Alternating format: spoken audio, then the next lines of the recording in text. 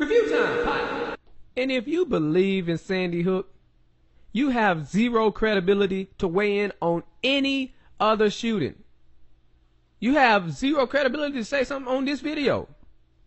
Go back, review Sandy Hook hoax ultimate case closed, which has 100% proof that actors were used in the Sandy Hook hoax and has never been debunked.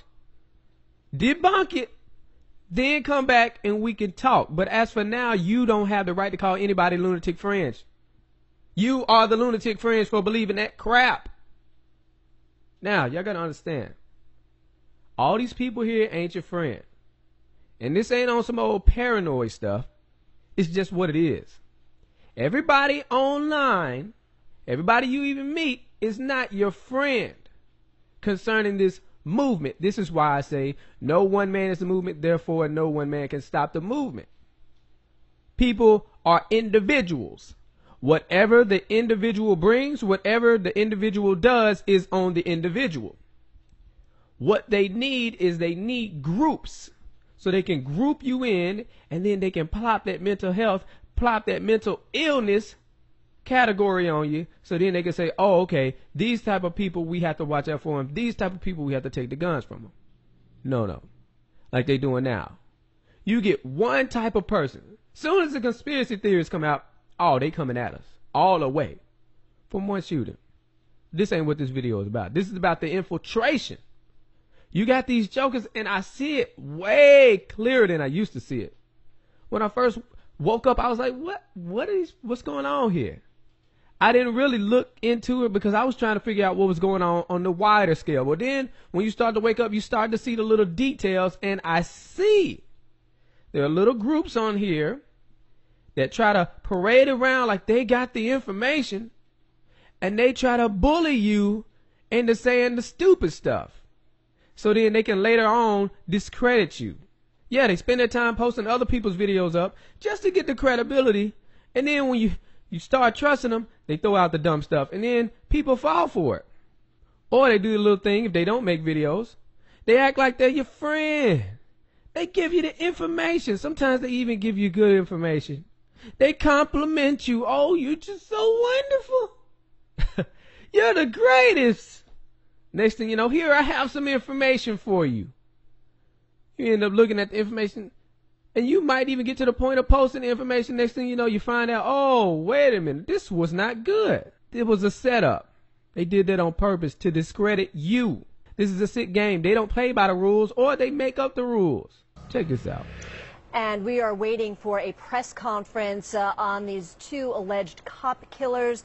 Right now, authorities have put up photographs of She always in the fake stuff. They're now being identified as Amanda and Jared Miller. Now, there was discussion that they had been linked to Cliven Bundy, but he told our Dan Simon, quote, he doesn't remember the Millers, doesn't remember them being at his ranch, and doesn't know anything about them being kicked off the ranch. Remember, he's the anti-government rancher who's been refusing to acknowledge the existence of the federal government, who's refused to pay any land taxes. It's unclear whether this duo was simply sort of linking themselves to him, what philosophy they were espousing. We're waiting to determine what motive they had for this shooting. Two officers killed, assassinated really, point-blank range as they sat having lunch on Sunday. And you can. I mean, y'all really messed up on this one. There is no way a conspiracy theorist is going to go out doing something like this because they know it will bring about a new world order.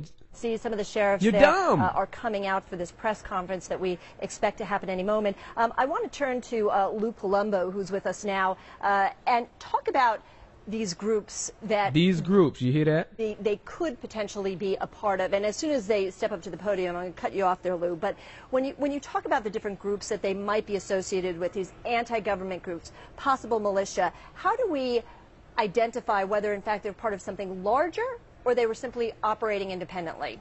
Well, one of the ways that we'll determine whether or not they were part of this group, a larger group, or operating independently, will be through an investigation. The thing I will tell you is that our FBI consistently monitors the activity of all of these groups. You hear that? And has a pattern of infiltrating them, so they get first. Do you see that? And information and knowledge at all times. The question here is, that's what you need to know right there. These individuals lone wolves, or were they in fact acting out part of an agenda of a larger group, which has a very different significance. You know, and it's interesting you say that. That's what they need. Actually, hold on Groups. 1 second. We're going to pause for a moment. But when you say that the FBI has infiltrated these groups, how do you know when a threat becomes real before it happening? So if a threat is made online, when does somebody go in and say, okay, we need to intercede? Well, interestingly enough, you brought this up.